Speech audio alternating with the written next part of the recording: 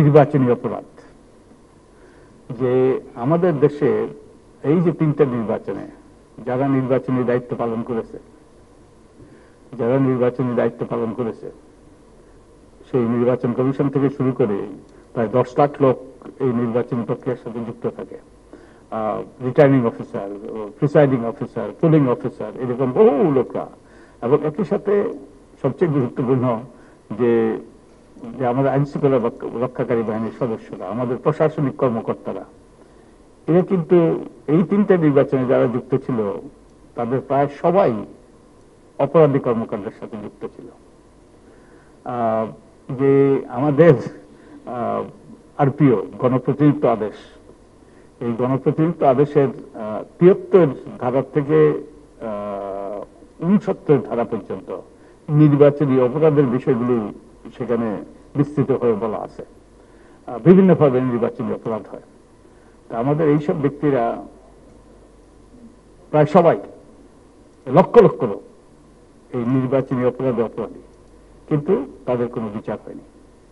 এবং আমরা একটা অপরাধের সাম্রাজ্যে, অপরাধীদের দ্বারা পরিবেষ্টিত। আমাদের চারপাশে অপরাধী, এই যে যারা সুটকোট পরে সুন্দর সুন্দর কথা বলে টেলিভিশনের টক শোতে আসে এবং আরো অনেক রকম আমাদেরকে জ্ঞান দান করে, এদের অধিকাংশই কিন্তু অপরাধ করেছে, কিন্তু তাদের কোনো বিচার হয়নি। তো আমরা অপরাধের সম্বন্ধে আমরা বসবাস করছি দুর্ভাগ্যবশত। এবং এদেরকে যদি বিচারের আওতায় না আনা হয়, তাদেরকে যদি দায়বদ্ধ না করা হয়, যেটা কিরণ বলেছে, তাহলে ভবিষ্যতে এই অপরাধগুলো আবার পুনরাবৃত্তি হওয়ারই সম্ভাবনা। কারণ অপরাধ করে পার পেয়ে গেলে সে অপরাধ উৎসাহিত হয়। তাই এদেরকে দায়বদ্ধ করা দরকার। এবং তারা অনেক রকম ছাপাই দিয়েছে, অনেক রকম ওই যে অযৌক্তিক যুক্তি দিয়েছে, অনেক রকম অজুহাত দিয়েছে, কিন্তু তাদেরকে আমার মনে হয় দায়বদ্ধ করা আমাদের জরুরি। তো আমি একটু বিষয়, তোমরা যে বিষয় নিয়ে আলোচনা করছো, বিতর্ক করেছো, সেটাতে আসি। বিষয়টা হলো রাষ্ট্র মেরামতের পর জাতীয় নির্বাচন গণতন্ত্রকে সুসংগত করবে। আচ্ছা, তো আরেকটা বিষয় আমি যেটা শুনেছি সেটা হলো যে রাষ্ট্র মেরামত। তো এই রাষ্ট্র মেরামত বলতে আমরা কি বুঝি, আর গণতন্ত্র সুসংগত বলতে আমরা কি বুঝি, এই জিনিসগুলো সুস্পষ্ট এবং তোমরা কিছু সংজ্ঞায়িত করার চেষ্টা করেছো। এবং তোমরা অনেকগুলো সুন্দর যুক্তি উত্থাপন করেছ। যে রাষ্ট্র মেরামত বলতে আমরা, এবং এই কথাগুলো এসছে কিন্তু ওই যে আমাদের কিরি রিভিলিয়নের সময়, আমাদের যে নিরাপদ সড়ক আন্দোলন এবং নিরাপদ সড়ক আন্দোলনের তারা বড় হয়ে এখন এই কোটা সংস্কার আন্দোলনের তারা নেতৃত্ব দিয়েছে। আমরা এটা ভুলে গিয়েছি, যারা প্রতিপক্ষ ছিল তারা ভুলে গিয়েছে যে এই সেই ব্যক্তিরাই যারা তরুণ অবস্থায় স্কুলে পড়াকালীন তারা আন্দোলন করেছে রাষ্ট্র মেরামতের, নিরাপদ সড়কের, তারাই কিন্তু বড় হয়ে তারা এই কোটা সংস্কার এবং শেষ পর্যন্ত সেই রাষ্ট্র সংস্কারের, রাষ্ট্র মেরামতের আন্দোলন, এবং এই স্লোগানগুলি উঠছে কিন্তু এই তরুণদের কাছ থেকে, এবং সেটাই কিন্তু শেষ পর্যন্ত ঘটেছে। তো এই রাষ্ট্র মেরামত বলতে যে অনেকগুলো কাজ করা দরকার, অনেকগুলো পদক্ষেপ নেওয়া দরকার। এবং আমাদের প্রধান উপদেষ্টা বলেছেন আমাদের রাষ্ট্র ব্যবস্থা ভেঙে পড়েছে, সবগুলো প্রতিষ্ঠান যে চূর্ণ বিচূর্ণ করে ফেলা হয়েছে। আমাদের ওই যে দুর্নীতিগ্রস্ত, তারপরে দলবাজ এবং বিভিন্নভাবে ওই যে অযোগ্য ব্যক্তিদেরকে নিয়ে এইসব প্রতিষ্ঠান গড়ে তোলা হয়েছে। এবং আমরা জানি যে এই যে আমাদের প্রধানমন্ত্রী পালিয়ে যাওয়ার পর তাদের অনেকেই পালিয়ে গিয়েছে এবং আমাদের কিছু কিছু প্রতিষ্ঠান তো একবারে ধসে পড়েছে। তো এখন এইগুলো পুনর্গঠন করা, এগুলোকে জোড়াতালি লাগানো, এগুলোকে আবার কার্যকর করা চারটিখানি কথা না, এটা সময় সাপেক্ষ। এখন আমরা দুইভাবে করতে পারি। এবং এর জন্য কি কি দরকার? এর জন্য দরকার যে আমাদের আইনি কাঠামোর সংস্কার করতে হবে, আইন বিধিবিধানের পরিবর্তন করতে হবে, একই সাথে সাংবিধানিক সংস্কার করতে হবে। সংবিধান আর আইন, সংবিধানও একটা আইন, সর্বোচ্চ আইন, কিন্তু সংবিধান সংস্কারের প্রক্রিয়া ভিন্ন, আর আইনি প্রক্রিয়া সহজ। আইনি প্রক্রিয়া এই যে সংসদ না হলেও করা যায়, কিন্তু সংবিধান সংশোধন করতে হলে সংসদ দরকার, কিংবা আমরা এই যে গণভোটের মাধ্যমে করতে পারি, যদিও গণভোটের বিধান এখন আমাদের সংবিধানে নাই। তো আমাদের আইনের সংস্কার করতে হবে, সংবিধানের সংস্কার করতে হবে, একই সাথে পুনর্গঠন করতে হবে, ব্যক্তির পরিবর্তন করতে হবে, এইসব প্রতিষ্ঠানগুলোকে আবার নূতন করে নূতন ব্যক্তিদেরকে সাজাতে হবে। এবং কতগুলো ওই যে পদ্ধতির পরিবর্তন করতে হবে, প্রক্রিয়া পদ্ধতির পরিবর্তন করতে হবে, এবং এগুলো আইনি কাঠামোর সাথে সম্পৃক্ত। তো এখন যে কিরণ যে সকল দাবিগুলো করেছে, এগুলো কিন্তু আমি যেই কমিশনের সদস্য, এটা আমাদের এখতিয়ারের বহির্ভূত। যেমন আমরা নির্বাচন কমিশন নই, এবং নির্বাচন কমিশনের নিয়োগদাতাও নই আমরা, এবং আমাদের কাজ হবে কতগুলো বিধিবিধানের আইনি কাঠামোর পরিবর্তন করা এবং কতগুলো প্রক্রিয়ার সংস্কারের কথা বলা, যাতে সত্যিকারের সঠিক ব্যক্তিদেরকে নিয়ে নির্বাচন কমিশন ঘুরতে হইতে পারে এবং তাদের দায়িত্বগুলো সঠিকভাবে পালন করতে পারে। আর কিছু কিছু দাবি উত্থাপন করেছে, হ্যাঁ, কিছু কিছু সেগুলো হলো সংবিধান সংশোধন যারা করবে সেই কমিশনের দায়িত্ব হবে তারা সেগুলো নিয়ে বিবেচনা নিয়ে তাদের সুপারিশ প্রণয়ন করা। তো আমাদের এই যে এখন আইনি কাঠামোটা পরিবর্তন করা যায় সহজে। আইনি কাঠামো অবশ্য আইনি কাঠামো পরিবর্তনের দুটো আছে, একটা বিধি আর একটা হলো আইন। আইন প্রণয়ন করে আমাদের সংসদ না হলেও কিন্তু আইনি পরিবর্তন আনা সম্ভব। আমাদের রাষ্ট্রপতির অধ্যাদেশ জারির মাধ্যমে আইনি পরিবর্তন আনা সম্ভব, কিন্তু অধ্যাদেশের মাধ্যমে সংবিধান পরিবর্তন করা সম্ভবপর নয়। তা আমরা যে সুপারিশগুলো করবো আমাদের এই যে কমিশনের পক্ষ থেকে, তো সেগুলি অনেকগুলোই আইন কানুন বিধিবিধানের পরিবর্তনের মাধ্যমে, আমরা কয়েকটা আইনের খসড়াও আমরা তৈরি করে দেব, যেমন নির্বাচন কমিশন নিয়োগ আইন, তারপরে আমরা আরপিওর কতগুলো বিধান, গণপ্রদত্ত আদেশ আরপিও, এটার কতগুলো বিধানের পরিবর্তন আনা। যেমন একটা বিধান তো গুরুত্বপূর্ণ, তোমরা দাবি করে আসছো, সেটা হলো লেজুর ব্যক্তি ছাত্র সংগঠনের অবদান। আমি ছাত্র রাজনীতি করেছি বাইরে, আমি যখন বিশ্ববিদ্যালয়ের শিক্ষক হই তখনও কিন্তু আমি নির্বাচিত সাধারণ সম্পাদক ছিলাম, যে তৎকালীন ইকবাল হল, এখন জহুরুল হক হল। 69-এর গণ আন্দোলন আমাদের হাত দিয়ে পেয়েছে, তখন নির্বাচন হয়নি, তাই আমি দায়িত্ব পালন করা থেকে বিরত থেকেছি, কিন্তু আমি শিক্ষক হয়ে গিয়েছি। তো আমি ছাত্র রাজনীতির বিপক্ষে নই, এখন তোমাদের মতো লেজুর ভিত্তিক ছাত্র রাজনীতির বিপক্ষে। তো এইসব পরিবর্তন আনতে হবে। এইসব এখন কিন্তু তোমরা অবগত কিনা, এখন কিন্তু ছাত্র রাজনীতি আইনগত ভাবে আরপিওর 90 অনুচ্ছেদ অনুযায়ী ছাত্র রাজনীতি কিন্তু নিষিদ্ধ, লেজুর ভিত্তিক ছাত্র রাজনীতি নিষিদ্ধ, কিন্তু আইনে কিছু ত্রুটি আছে, অস্পষ্টতা আছে। আইনে বলা আছে যে নিবন্ধিত রাজনৈতিক দলের গঠনতন্ত্রে যে অঙ্গ এবং সহযোগী সংগঠনের বিধান থাকতে পারবে না। উদ্দেশ্যটা ছিল, আইনের উদ্দেশ্যটা, ইন্টেন্ট অফ দি ল, যে এগুলো বিলুপ্ত করা হবে। কিন্তু ওই আমাদের রাজনৈতিক দলগুলো এই যে কোনো কিছুই হবে না যদি রাজনৈতিক সংস্কৃতি পরিবর্তন না হয়। তো আমাদের রাজনৈতিক দলগুলো যেটা করেছে, যে অনৈতিকতা, চরম অনৈতিকতা, তাদের গঠনতন্ত্র থেকে বাদ দিয়েছে, কিন্তু এই প্রতিষ্ঠানগুলো রেখে দিয়েছে ভাতৃপ্রতিম সংগঠনগুলো। তারা আইনের অমান্য করছে, আইনের উদ্দেশ্যটা অমান্য করছে, আইনের আক্ষরিক অর্থে তারা মেনেছে। তো এইসব ক্ষেত্রে কিছু সংস্কার করা দরকার। এগুলিতে কোথায় শেষ কোথায় শুরু এটার অস্পষ্টতা আছে। সংবিধান পুনর্লিখন মানে সবকিছু বাদ দেওয়া নয়, আবার ওই যে গুরুত্বপূর্ণ সংস্কারও কিন্তু একবারে সবকিছু নূতন করে শুরু করা নয়। ওই সংস্কার মানে ওই যে শুধু চুনকাম করা নয়, গুরুত্বপূর্ণ সংস্কার। এখন এটা দুইভাবে করা যায়। একটা হলো যে যদি আমরা পুনর্লিখন করি, আমরা এই সংবিধানে বাতিল করে আমরা নূতন গণপরিষদ গঠন করতে পারি নির্বাচনের মাধ্যমে, গণপরিষদের মাধ্যমে এটা গৃহীত হতে পারে। এটা হলো ওই যে নূতন করে শুরু করা, ওইটা ক্লিন স্লেট, এবং এটা সময় লাগবে, এটা সময় সাপেক্ষ, এটা জটিল, এবং অনেকগুলো বিষয় আমাদের ঐক্যমত্য হতে হবে। এবং একটা জিনিস তোমাদেরকে আমি স্মরণ করে দিতে চাই, আমাদের যদি গণপরিষদ হয়, গণপরিষদের চরিত্র সম্পূর্ণ ভিন্ন হবে। 71 সনে তোমাদের জন্মের আগে যে গণপরিষদ ছিল, সেই গণপরিষদ আর এখনকার গণপরিষদ হবে সম্পূর্ণ ভিন্ন। তাদের অগ্রাধিকারও ভিন্ন হবে।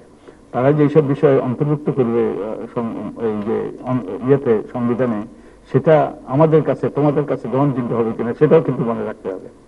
আরেকটা পদ্ধতি হলো যে আমরা এই যে যেই সব বিষয়ে আমরা ঐক্যমত্যে বুঝবো, এই যে এখন একটা এইসব আমরা যেসব কাজগুলো করছি তারপরে একটা রূপরেখা তৈরি হবে, এবং ওই রূপরেখার ভিত্তিতে ওই রূপরেখাটা একটা ওই যে মাইলস্টোন থাকবে, এবং কোন কাজটা করা হবে, কখন করা হবে, তার ভিত্তিতে ঐক্যমত্য হয়ে, এবং একটা জাতীয় সনদ স্বাক্ষর করা। জাতীয় সনদ স্বাক্ষর করা, সবাই ঐক্যমত্য করবে, সব অংশীজন, যে আমরা এই যে ম্যাগনা কার্টার মতো সামথিং লাইক দিস, যে আমরা সবাই এই অঙ্গীকারবদ্ধ, আমরা এই সংস্কারগুলো করব। এবং কিন্তু আমাদের ওই যে সে বিখ্যাত কবিতার লাইন, কেউ কথা রাখেনি, তা আমাদের রাজনীতিবিদরা কথা রাখেনি। আমাদের সেই আমরা তো বারবার প্রতারিত হয়েছি। যেমন আমি বেশি লম্বা করে বলতেছি, ওকে, আমরা 71 সনে রক্ত দিয়ে, আমাদের সহপাঠীরা রক্ত দিয়েছে, প্রাণ দিয়েছে, মা বোনরা ইজ্জত দিয়েছে, আমরা যেই স্বাধীনতা অর্জন করেছি, যে তার অঙ্গীকার কি ছিল? মানুষের আত্মনিয়ন্ত্রণের অধিকার প্রতিষ্ঠা করা, এবং একের সাথে সাম্য, মানবিক মর্যাদা, সামাজিক ন্যায় বিচার প্রতিষ্ঠা করা। এটা কি হয়েছে? হয় নাই। আমরা এর থেকে যোজন যোজন দূরে, প্রস্তুত আমরা পথায়ন জাতিতে পরিণত হয়েছে। তারপর আবার 90 সালে আমাদের 3 জোটের রূপরেখা, আশাবাদ আবার সৃষ্টি হয়েছিল, এবং সেটাও কিন্তু বাস্তবায়িত হয়নি। তারপরে এসছে সেই এই 2008, 2007 সেই আওয়ামী লীগের পক্ষ থেকে দিন বদলের সনদ, তারা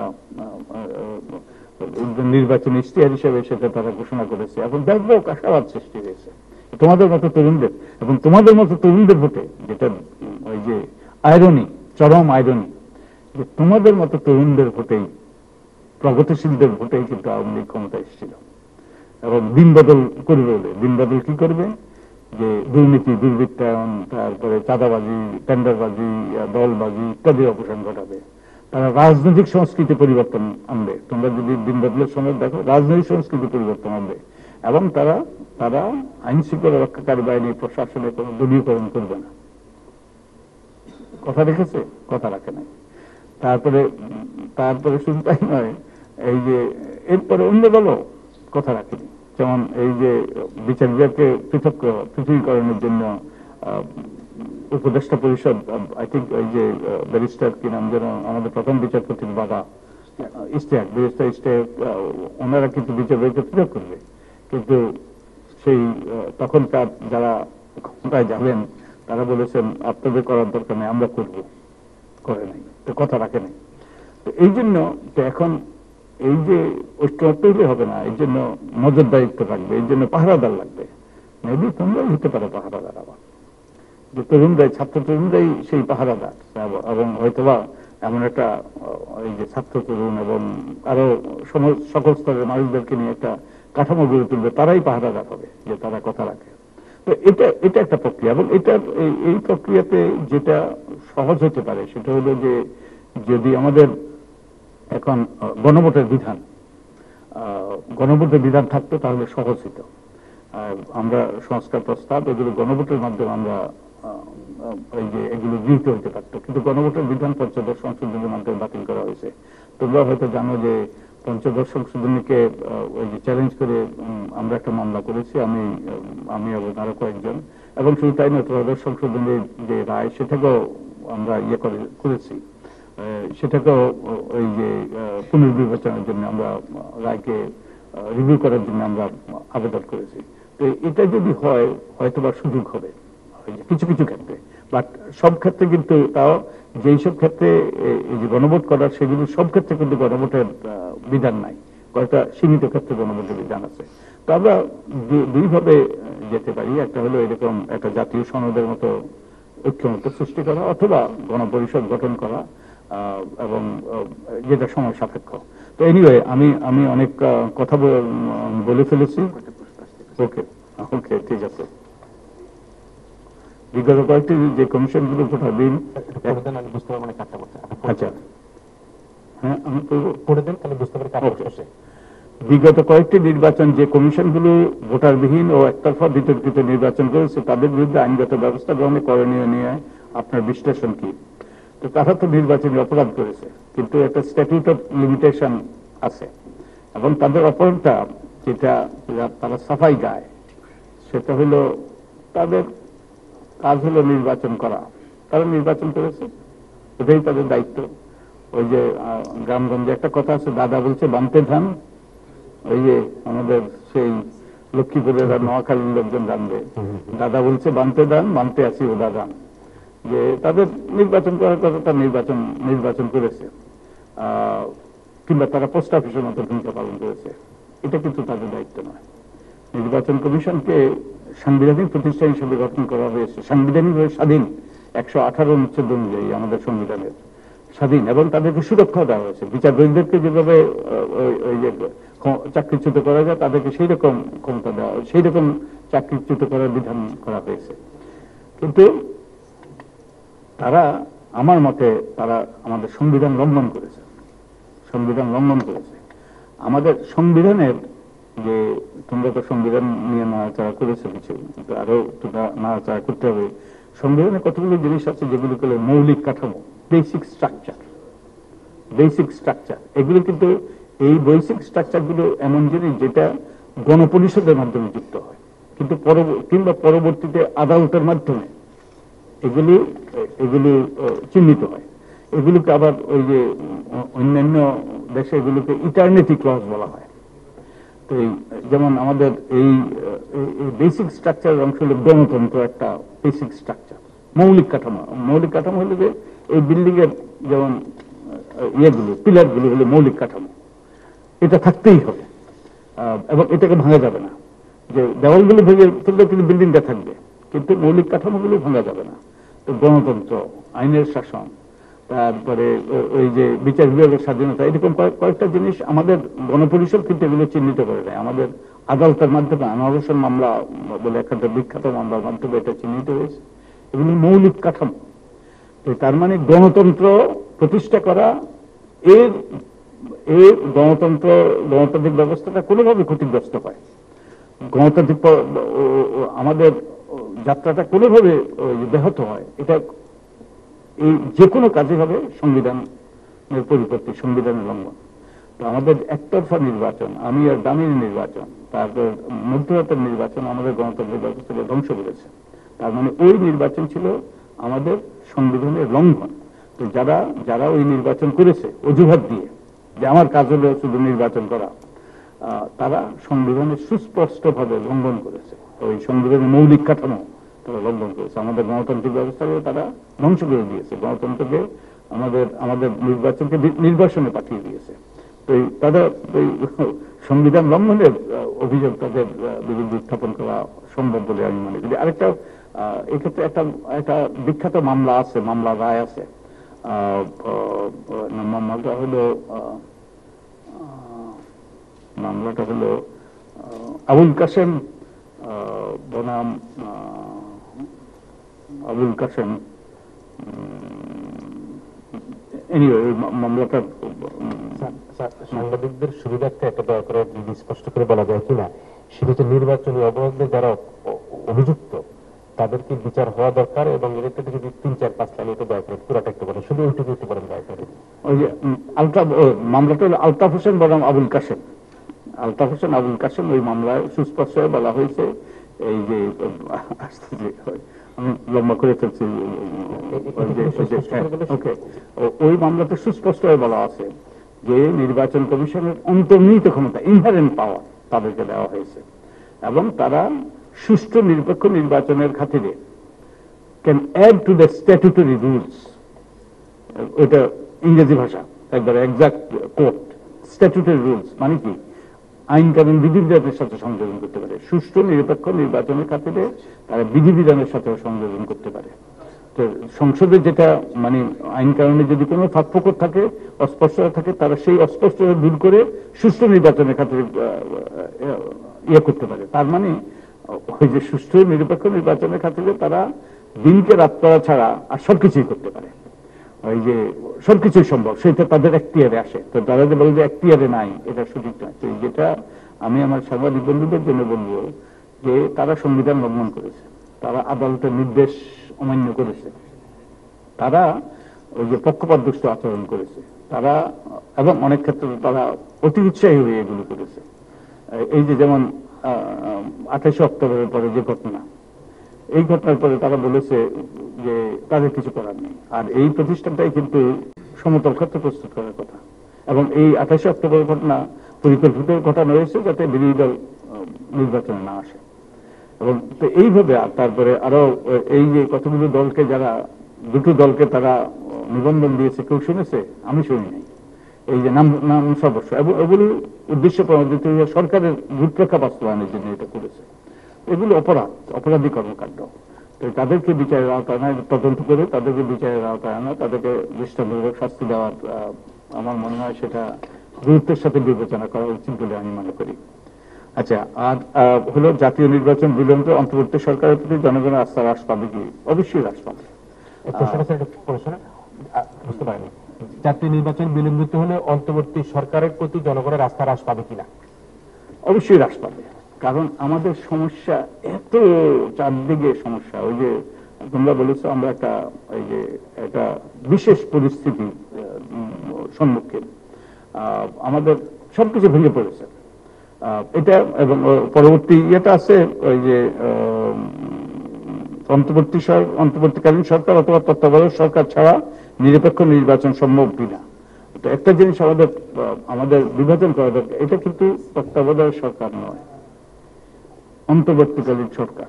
তত্ত্বাবধায়ক সরকার ছিল একটা রুটিন সরকার, 3 মাসের সরকার, যদিও আমাদের 11 পরে ছিল 2 বছর থেকেছে, কিন্তু ওখানে উপদেষ্টা পরিষদে তেমন কোনো কাজ ছিল না। আর এখানে দিন রাত কাজ করে তারা এগুলো সমাধান করতে পারছে না। তো এই কারণ আমাদের চারদিকে সমস্যার চারদিকে জঞ্জাল, এই জঞ্জাল দূর করা তার ঠিকানি কথা নয়। এবং তারা মতো করে চেষ্টা করছে। হ্যাঁ, অলওয়েজ আমরা বলতে পারি যে আরো ভালো করতে পারে, ভালো শেষ নাই, তারা চেষ্টা করছে। একই সাথে আরেকটা কথা আমি এই প্রসঙ্গে বলবো, এই বিপ্লব কিন্তু এই যে জুলাই বিপ্লব কিংবা ওই যে বর্ষাকালীন বিপ্লব, এই বিপ্লব কিন্তু এই উপদেষ্টা পরিষদের বিপ্লব নয়, এটা আমাদের সকলের বিপ্লব।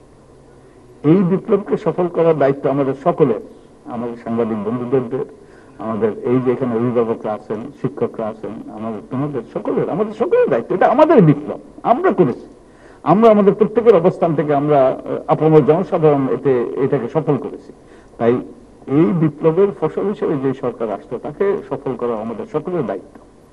এবং বহু রকম প্রচারণা হচ্ছে, বহু রকম ভাবে তাদেরকে বিতর্কিত করার চেষ্টা করা হচ্ছে, বহু রকম ভাবে তাদেরকে ছোট করার চেষ্টা করা হচ্ছে, তাদের দোষ খুঁজে ধরা। অবশ্যই আমাদের তাদের সীমাবদ্ধতা আমাদের তুলে ধরতে হবে, কারণ আমরা চাই তাদের সফলতা। তবে আমাদেরও দায়িত্ব আছে। তাই আমাদের প্রত্যেকের অবস্থান থেকে আমরা যেন সেটা আমাদের বিপ্লব, এই যে বর্ষাকালীন বিপ্লব আমাদের বিপ্লব, আমরা ঘটিয়েছে, আমাদের ছেলে মেয়েরা ঘটিয়েছে, আমাদের ভাই বোনরা ঘটিয়েছে। তাই এটা সফল করা আমাদের দায়িত্ব। এবং এটা যদি ব্যর্থ হয় আমরা সকলেই ব্যর্থ, আবারও আমরা প্রতারিত হব। ওই যে 71 সনে আমরা পথ হারিয়েছি, 90-তে আমরা ব্যর্থ হয়েছি, আবারও আমরা ব্যর্থ হব। এইটা দায় আমাদের কিন্তু আমরা এড়াতে পারবো না। ভবিষ্যৎ বংশধরদের কাছে, তোমাদের বংশধরদের কাছে তোমরা এড়াতে পারবে না। তাই এটা আমাদের সকলের দায়িত্ব, এটা যেন এটা মনে রাখি, আমাদের দায়িত্ব পালন করি। আর পরবর্তীতে হলো যে অন্তর্বর্তীকালীন সরকার অথবা তত্ত্বাবধায়ক সরকার ছাড়া নিরপেক্ষ নির্বাচন সম্ভব কিনা।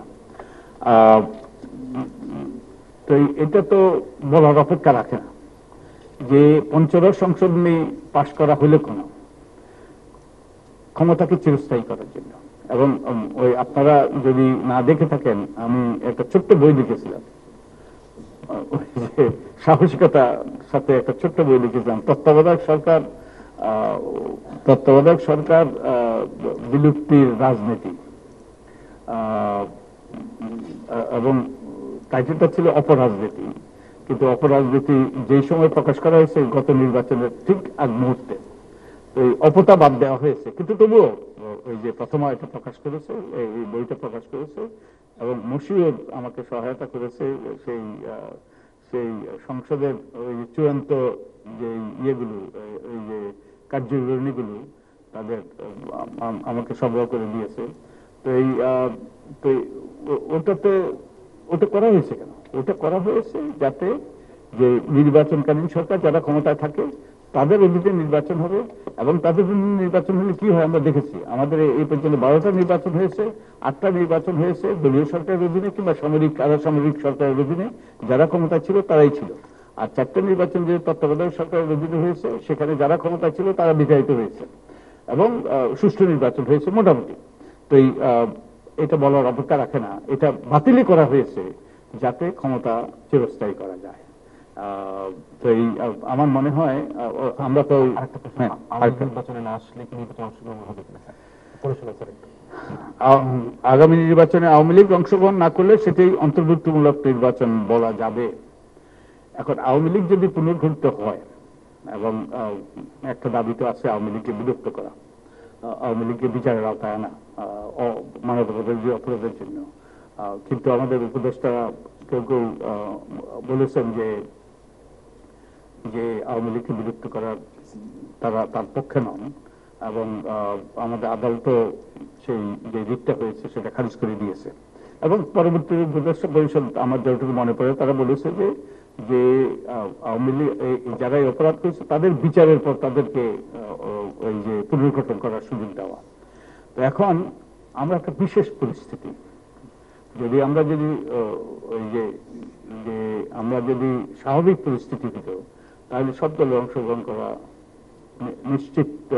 নিশ্চিত করাটা প্রয়োজন ছিল, আবশ্যক ছিল। কিন্তু যেহেতু একটা বিশেষ পরিস্থিতি, এবং এই পরিস্থিতিতে যদি তাদের বিচার শেষ না হয় এবং তারা যদি পুনর্গঠিত না হয়, এবং যে আমি তো দেখি না কার নেতৃত্বে পুনর্গঠিত হবে। দুই একজন আছে, কিন্তু তারাও দু একজন যে আছে তারাও আগ্রহী বলে মনে হয় না। আর সবাই তো কলঙ্কিত, সবাই তো হয় পলাতক। তো এই আমি নিশ্চিত নই এটার উত্তরটা। তবে আওয়ামী লীগ যদি তার মধ্যে পুনর্গঠিত না হয় তাহলে তাদেরকে ছাড়া নির্বাচন করাটা অগ্রহণযোগ্য হবে না বলে আমি মনে করি।